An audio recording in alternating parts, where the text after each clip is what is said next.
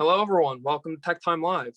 I'm Jacob with the BEA Tech Services Department, and we have Rob Rivera, who's also going to be joining us as well. He's going to be presenting some application and wiring. The point of today's Tech Time Live is to show you the BR3X. We're going to be going over function 28, which is a 2-relay sequencer.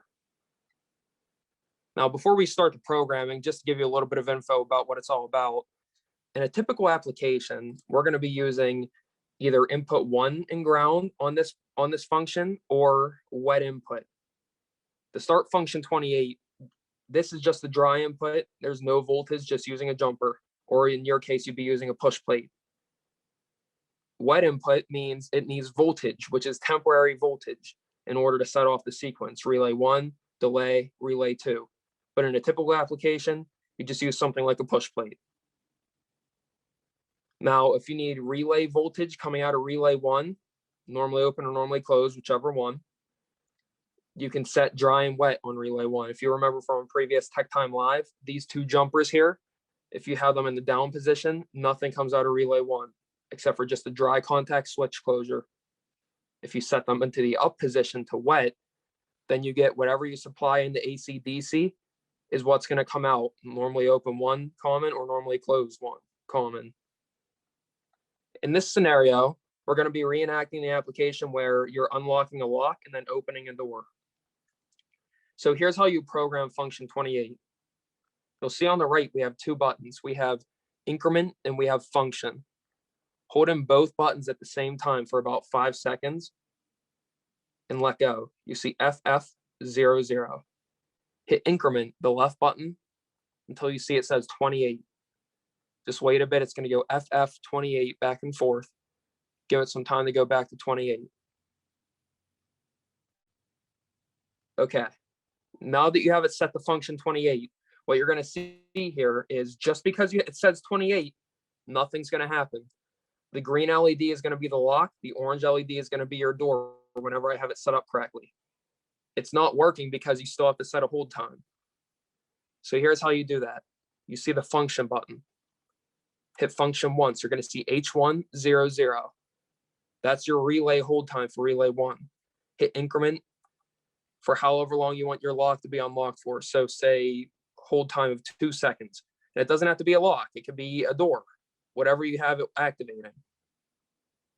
Back to 28. Now hit function twice. H2 is 00. That's the hold time for relay 2, which in this case would be the door. Just hit increment once, so it says 01. Hit function again, D1, 00. That's the delay between relays 1 and 2. We'll hit it twice, increment, till it says _2, which means a half second. So now what we did is relay 1 has a hold time of 2 seconds, relay 2 has a hold time of 1 second, and then the moment you activate this BR3X, it's going to activate relay 1 immediately, but a half a second later, relay 2 is going to fire. So let's test it out. We have this jumper, 1 in ground, 1 on input 1. So you can see that the green LED went on first, giving the lock enough time to unlock. Half second later, the orange LED came on, which means the door opened. And you'll notice that whenever we did this, relay 1 was still fired when the door went open, which means that when you go to open that door, it's not going to fight against that lock. If you had the delay too small, the door might try to open at the same time as your lock, causing it to jam up and not open. But now that we set that delay, door right after the lock.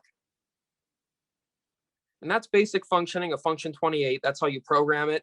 Now we're going to go over to Rob with a little bit more of application and the actual wiring schematic. Hello, everyone. So along with the setup that Jake accurately described, the functionality of the 28, of course, is as Jake described it, for a 2-relay sequencer. And then the big question would be, well, why the door switch? Where does that come into play? So if you have a library application, office, meeting rooms, hospitals, cardiovascular, ICU, any place where silence is of the essence, and you have panic bars, of course you can spend a lot of money and integrate your panic bars and hold it back, and then put mag locks in, but that's power supplies and wire run. That's thousands of dollars. So an easier way to manage that would be with the door switch. So when you open the door, it would unlatch. But then to minimize that unlatching, when the door is open, instead of every time the door comes closed and would be the application where you have a door mounted sensor, or even you push your button, it doesn't matter.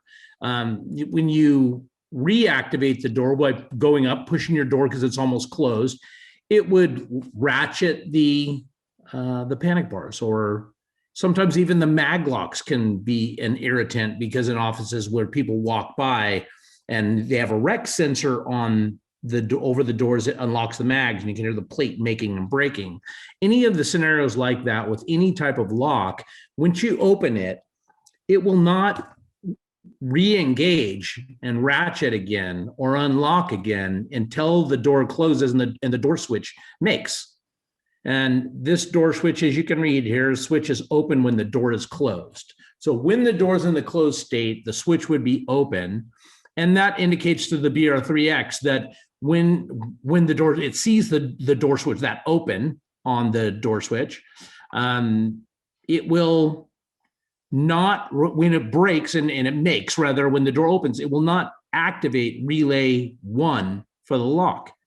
It will not activate that again until the door reaches the closed state and it sees that open on IN2 and ground for that door position switch. It's very, very convenient, very economical way to deal with, the loud ratcheting in as I mentioned, libraries, offices, hospitals. There's a million applications for it, but very useful. And again, as Jake pointed out, 2 relay sequencer. Anybody who knows our old BR3, this would be the direct related function from the function 25. So it would just activate a lock and unlock a door. So it's very convenient for that as well. So, but that's, in a nutshell, that's the convenience of function 28. And that's about it we have to present on the function 28. It's pretty simple. That would be, if you have any comments or questions you'd like to make, go for it. Anything you could say on there, Rob? No, nothing yet. So it's kind of to be expected, because it is a very simple application, but for a technician that gets in trouble out in the field and has that, hey, or why does it keep ratcheting every time? This is a great solution. And there's still a lot of old solenoid-driven panic bars, and as I mentioned, even with mag locks, when it makes and breaks, and it can drive you crazy.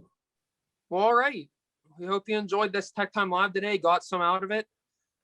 This is Jacob and Rob with BEA Tech Support, function 28 on the BR3X. If you have any recommendations for future Tech Time Lives you'd like to have us do email us. And that's about it. Thanks for watching.